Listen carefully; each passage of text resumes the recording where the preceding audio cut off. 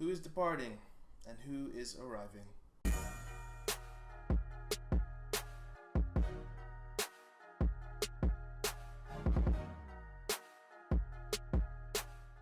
What up, guys? It's your boy Dave of Man United Talks, and today we're here to talk about who is departing and who is arriving from Old Trafford.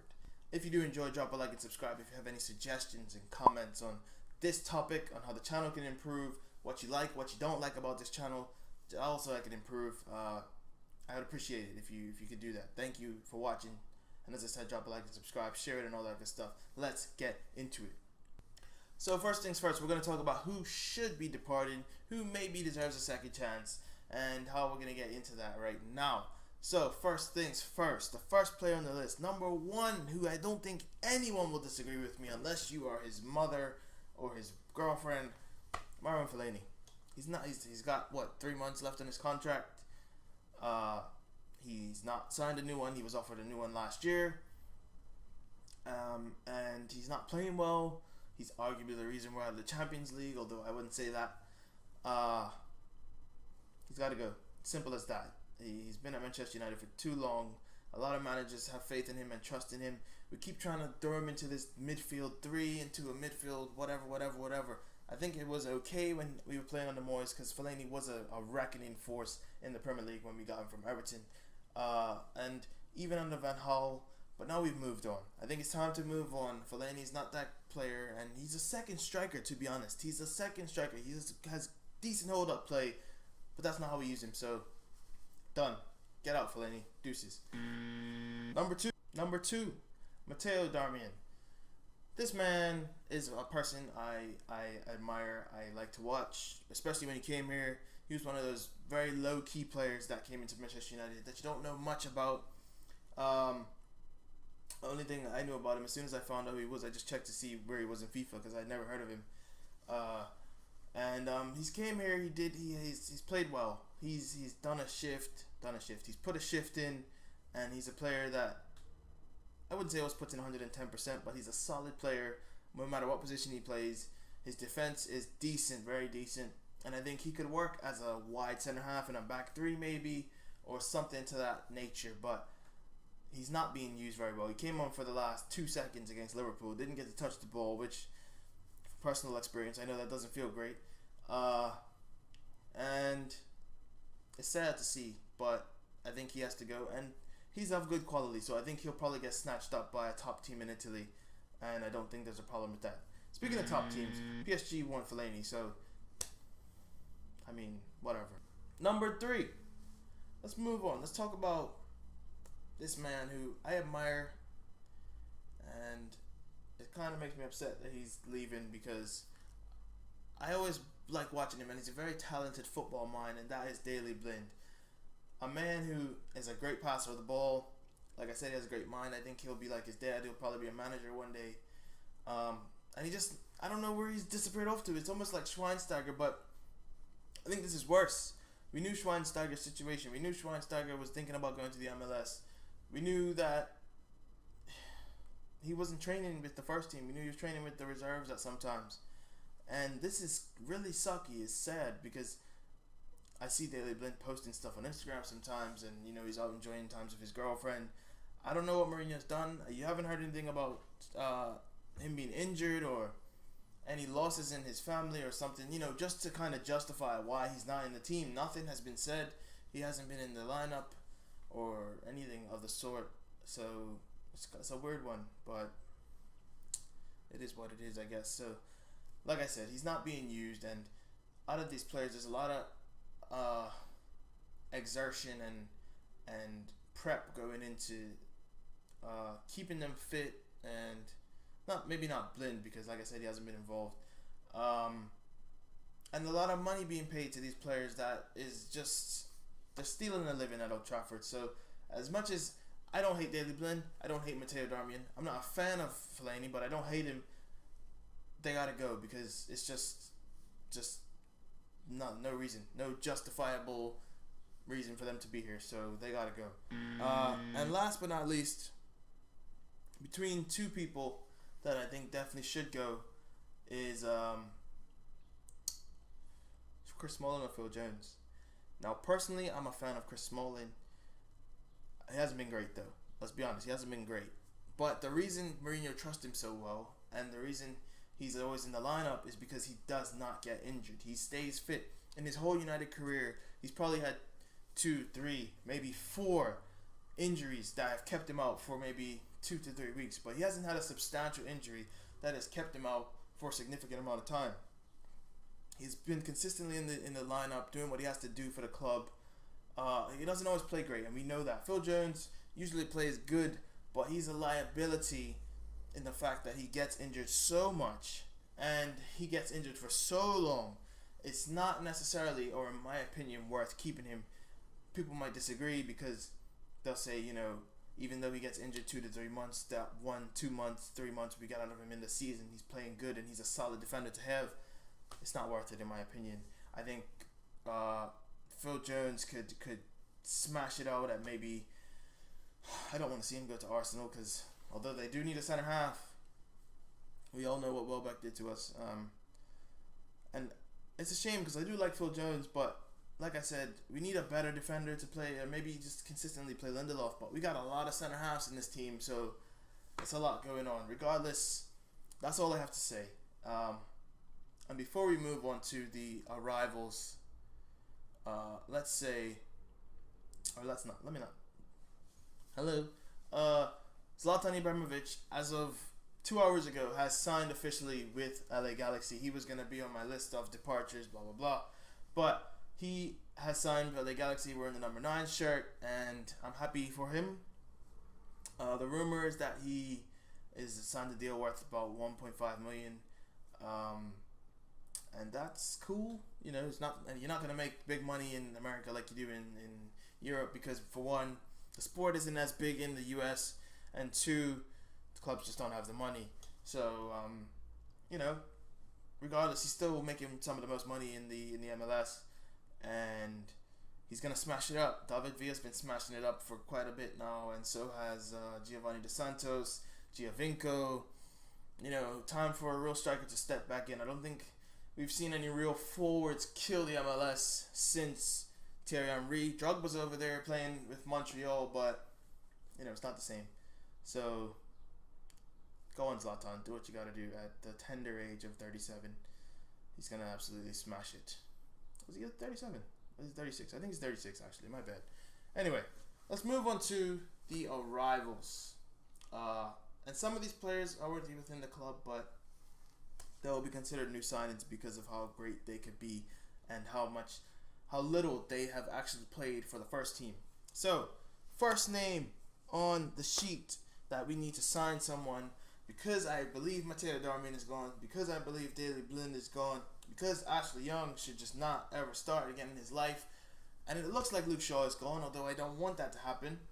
The first name on the sheet is Danny Rose, simply because Luke Shaw is linked with Spurs. So, Danny Rose, good defender, solid player, quick, decent delivery, puts in work. One liability, he's been getting injured quite a lot recently, so that's not really my gist.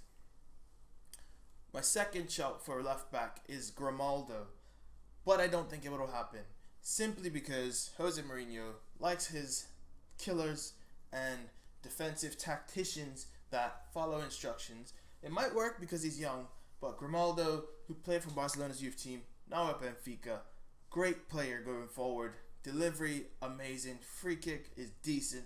And he's quick, very quick. So, I think he could be a good shout, but whether or not Jose Mourinho will take him in is a whole other situation. And my last shout for left back is Ryan Bertrand of Southampton. Mourinho's managed him before. Some people forget Bertrand won a Champions League, not under Mourinho, under Matteo. But that was interesting. Bertrand is quality, very much so. He's not young. He's experienced. He could pass a few things down to Luke Shaw if they play in the same team. If Luke Shaw doesn't leave. Bertrand he's got a good whip on him. He's got a good cross. Decent defensively. And since he's came back into Southampton's team with Cedric, who was also out injured, They kept a clean sheet in the first game back, and I think they also kept another clean sheet. But Bertrand is a solid player, and I would enjoy having him at Old Trafford. And as for the next position, which is right back, Fosu Mensah. Simple as. I don't think Mourinho sees him as a defensive midfielder, which is sad because that is the position he played in the youth teams, as I've said before. And he's played there. He played there under Van Gaal. He played left back under Van Gaal as well. But, I mean, come on, man. The way he's performing at Crystal Palace, I don't think there's any question as to whether or not he should without question, be a second string right back next season under Valencia. I think he could even start. Whether or not Mourinho makes that decision is completely up to him. But Fosu Mensah definitely needs to be involved next season after the showing he's had at Crystal Palace. And on to the next position, which is very important, and with Ander Herrera being linked back to Barcelona. A couple days ago, though, he was linked back to Athletic Bilbao. That central midfield position, someone in there to be with Pogba and help him out. Don't know if we're gonna play a 4-3, so I don't know if this will even make sense. But if we do play a 4-3, which I'm hoping we will, these are my suggestions to be Pogba's midfield partner. First things first, we've been linked with Sergej Milinkovic-Savic. The problem with that is that people are throwing out figures of 80 million, 90 million. I believe he's 22, 23. He's a Serbian beast. I'm not going to lie. He's 6'3". He can head the ball. He can shoot the ball. He can pass the ball. Problem with that is Pogba does everything that I just said much better than him. Apart from probably heading the ball, Paul Pogba does everything else better than Sergej Milinkovic-Savic. Sergej is probably a better defender than Pogba as well, which will help because he could be that industrial figure next to Matic. The only problem with that is the price tag. I don't think he's worth 80 to 90 million. That's absolutely ridiculous. I think people have gotten a little bit out of hand with prices these days. But you know, he and Sergej, I'm just gonna say SMS and Matic could work very well together, especially knowing each other and being fellow countrymen. It could be a decent little thing. But on to the next shout for central midfield. I would say Arturo Vidal. Simple as that. Guy is absolutely brilliant. Arturo Vidal is a player I've always liked. I've always admired. Aggressive and passionate. And he and Paul Pogba have played together. So I'm trying to, throw some links in there somewhere. But yeah, Arturo Vidal, especially, I think his contract's running out at Bayern. I'm not 100% sure about that, but I also know he's not necessarily happy with the situation at Bayern, and he is more than welcome to come to Old Trafford. A fellow Chilean for Alexis Sanchez to get with, a former Juventus player for Pogba to get with. That brings chemistry in whole new levels. Alexis Sanchez, I don't know if he's necessarily working out in the first team in terms of finding friends and all that jazz, but Vidal, I think, is more than tailor-made for this position at this point in time. And the next two shouts, this one, Toni Kroos, everyone's talking about it. Don't think it's going to happen. I don't think we are of the prestige right now for Toni Kroos. We're back in the Champions League. Obviously, we're not right now. But we will be next season. But I don't think we can attract Toni Kroos. I may be underestimating Mourinho, but that's just going to throw that to the side. Next one, Andres Pereira, coming back on loan from Valencia. Quality. He is of the mold of Kevin De Bruyne, maybe even better. Kevin De Bruyne is playing extremely well right now, so it's hard to see that, but his free kick is brilliant. His vision is brilliant. He's quicker than probably De Bruyne, and I just don't see why. He played brilliant in preseason, and I know it's just preseason, but he's smashing it in the Spanish league as well, so I don't understand why. I don't know why he didn't stay after what he did at Grenada last season, but come on, Mourinho. Please wake up. Please, I'm begging you. And then, last position I feel we need is the right wing position. Juan Mata is doing well over there, cutting inside, but let's be honest. We don't want Juan Mata starting next season. I want him involved because of what he brings to the team, and he did sign a 1-year extension, so I would love to see him involved in the play, but I don't think he should be starting on the right wing next season. And Sanchez doesn't seem to enjoy playing on the right side, so I don't know if that's necessarily for him. or Mourinho doesn't want to play on the right side, I should say. So, my suggestions are Riyad Mahrez. It's about time you left Leicester, first of all. Second of all, he's an absolute talent, okay? His ball control, his vision, his skill is just... I don't think it's matched by any person who plays on the right in the Premier League. Maybe Raheem Sterling. But we haven't seen Mahrez at a top level team. Obviously he's won the Premier League, but we haven't seen him at a top level team, and I'm pretty sure he wants to leave Leicester at this point. So if we don't pounce on him, I'd be pretty upset about that, because he's probably going to end up going to somewhere, maybe Monaco or some big club, which would definitely upset me. He was also linked to Roma as well, and City. God forbid he goes to City. Anyway, the last suggestion for right wing is Chong. Those of you who know Manchester United, know our youth system, know who Chong is. Absolute talent in the youth team. He plays on the right, he can play on the left. Quick as day. He's almost of the mold of like a Gareth Bale mixed with I don't know, he's got power. He's not a beast, because he's still a small lad, he's still a kid, he's not grown, but once that man strength hits and he works it, man. I mean, he's been training with the first team as well as Angel Gomez, who is someone who should be involved next season a bit more than this season. But yeah, Chong, Gomez, and a couple others. Well, McTominay probably the first. I was training with the first team, and hopefully we do see Chong next season. That'd be brilliant.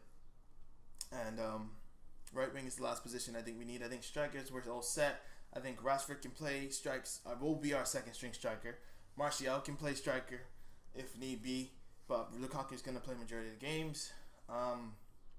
We got quite a few central midfielders, like I said, and Pogba, Herrera might leave. That's my suggestions. Maybe another holding midfielder, definitely. I think someone to back Matic, which could be Daley Blind, but it could be Timothy Fosu-Mensah, but that's a whole other video. Whatever. I'm done. I'm out of here. It's been your boy Day. Drop a like and subscribe. This has been Man United Talks. Who is departing and who is arriving? Thanks for watching. Deuces.